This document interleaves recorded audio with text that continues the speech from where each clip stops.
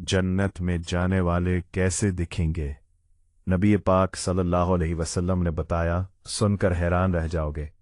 रसूलुल्लाह सल्लल्लाहु अलैहि वसल्लम ने फरमाया, अल्लाह ने हज़रत आदम अलैहिस्सलाम को 60 हाथ लंबा पैदा किया और फिर फरमाया, जाओ फरिश्तों को सलाम करो और देखो वो क्या जवाब देते हैं, क्योंकि यही तुम्हारा और तुम्हारी औलाद का तरीका सलाम होगा।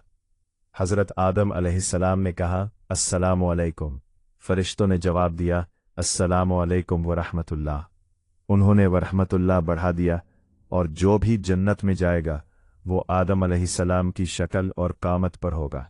सुनो, ज़रा सोचो, हज़रत आदम अलैहिस्सलाम 60 हाथ लंबे यानी तकरीबन 90 फीट ऊंचे। आज का इंसान 5 या 6 फीट का है, और नबी पाक सल्लल्लाहु अलैहि वसल्लम ने फरमाया, ये कद आदम अलैहिस्सलाम के बाद से घटता रहा और आज यहाँ तक आ गया। लेकिन सुनो, खुशखबरी क्या है, जो भी जन्नत में जाएगा वो आदम अलैहिस्सलाम की शक्ल पर होगा, यानी जन्नत में हर मोमिन 90 फीट लंबा, खूबसूरत, नूरानी होगा। सुभान अल्लाह।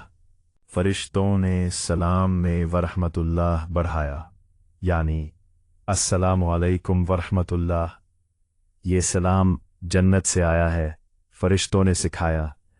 तो जब भी सलाम करो, पूरा सलाम करो, अस्सलामु अलैकुम वरहमतुल्लाहि वबरकातुह। ये सुन्नत है, ये जन्नत का तरीका है।